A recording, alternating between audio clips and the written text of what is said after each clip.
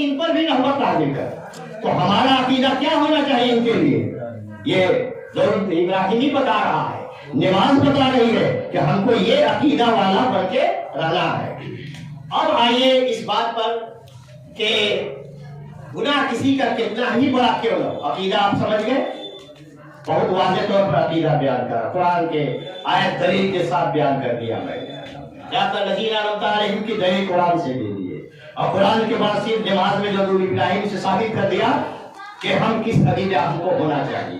ان لوگوں کے لیے جتنے انبیاء اولیاء کرام جہاں بھی ہیں، ان کے لیے ہمارا کیا عقیدہ ہونا چاہیے، کیا سوچ ہونی چاہیے، کیا فکر ہونا چاہیے، کیا سوچ ہونی چاہیے، یہ میں نے بتا دیا۔ اب آئیے توبہ کی فضیلت۔ اللہ فرماتا ہے قرآن شریف میں وَمَنْ تَابَ مِنْ بَعْدِ ظُلْمِهِ وَأَصْلَحَ فَإِنَّ اللَّهَ يَتُوبُ عَلَيْهِ إِنَّهُ هُوَ الْغَفُورُ الرَّحِيمُ۔ توبہ کی فضیلت سمجھ لیں آپ، کوئی بندہ کتنا بھی گناہگار کیوں نہ ہے، وَمَنْ تَابَ مِنْ بَعْدِ ظُلْمِهِ وَأَصْلَحَ، کسی نے اپنے نفس پر ظلم کیا اور تابع ہو گیا، اصلاح کر لی، توبہ کر لیا۔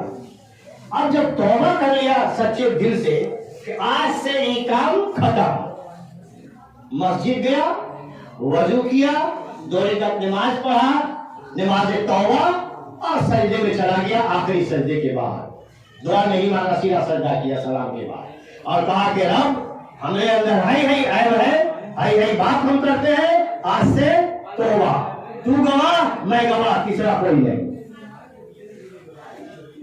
اب وہاں سے جب پلٹے گا تو کہاں سے کہاں پہنچا دیا جائے گا۔ خواجگان چشت میں، سلسلے چشتیہ میں ایسے اولیاء بنے ہیں جو ڈاکو تھے، یہی ومن تابہ کے بعد، اس کے بعد کہاں سے کہاں چلے گئے، وہ بڑے بڑے اولیاء ہیں، اس طرف میں ابھی نہیں جا رہا ہوں۔ تو اب جب توبہ کر لیا کسی بندے نے سچے دل سے، تو فَإِنَّ اللَّهَ يَتُوبُ عَلَيْهِ، تو اللہ کی رحمت اس کی طرف رجوع کرتی ہے۔ جب توبہ کریے تو کیا کرتی ہے؟ فَإِنَّ اللَّهَ يَتُوبُ عَلَيْهِ، اللہ کی رحمت اس کی طرف رجوع کرتی ہے۔ إِنَّهُ هُوَ الْغَفُورُ الرَّحِيمُ، کیونکہ وہی بخشنے والا مہربان ہے۔ تو آپ سچے دل سے اگر توبہ کر کے آج سے سدھر جاتے ہیں، ہر آدمی اپنے عیب کو اچھی طرح جانتا ہے، کسی کو بتانے کی ضرورت نہیں ہے، اور آپ کو کسی سے کہنے کی بھی ضرورت نہیں، آپ جانے آپ کا رب جان رہا ہے۔ جو طریقہ آپ نے بتایا اس پر عمل کیجئے، جانے کہیے، وہاں سے آپ کے اوپر ساری چیز برسنے لگے گی۔ تو سمندر کے جھاگ کے برابر کیوں نہ ہو، تو وہاں اللہ قبول کرتا ہے۔ ایک واقعہ بیان کرتے ہیں، تقریر سمیٹ دیتے ہیں۔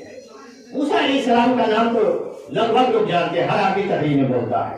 آپ قارون کے بارے میں بھی جانتے ہیں، قارون بہت بڑا دولت مند تھا، لیکن زکوٰۃ نہیں دیا، اس کے بعد موسیٰ علیہ السلام نے اس کو زمین میں اس کے مال سمیت دھسا دیا۔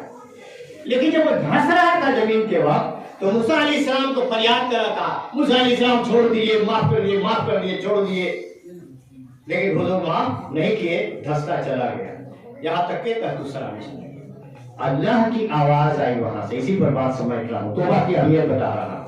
توبے کے اوپر ایک الگ موضوع رہتا ہے، یہ جو آیت میں نے پڑھی وَمَنْ تَابَ مِنْ بَعْدِ ظُلْمِهِ وَأَصْلَحَ فَإِنَّ اللَّهَ يَتُوبُ عَلَيْهِ إِنَّهُ غَفُورٌ رَحِيمٌ، ایک مکمل تقریر اس پر ہے۔ تو اللہ فرماتا ہے موسیٰ سے کہ اے موسیٰ، قارون تجھ سے کہتا رہا کہ معاف کر دیے، لیکن تجھے معاف نہیں کیا۔ اگر ایک بار میری طرف گھوم کے کہہ دیتا کہ معاف کر دے، تو میں جلال کی قسم میں اس کو معاف کر دے۔ یہ ہے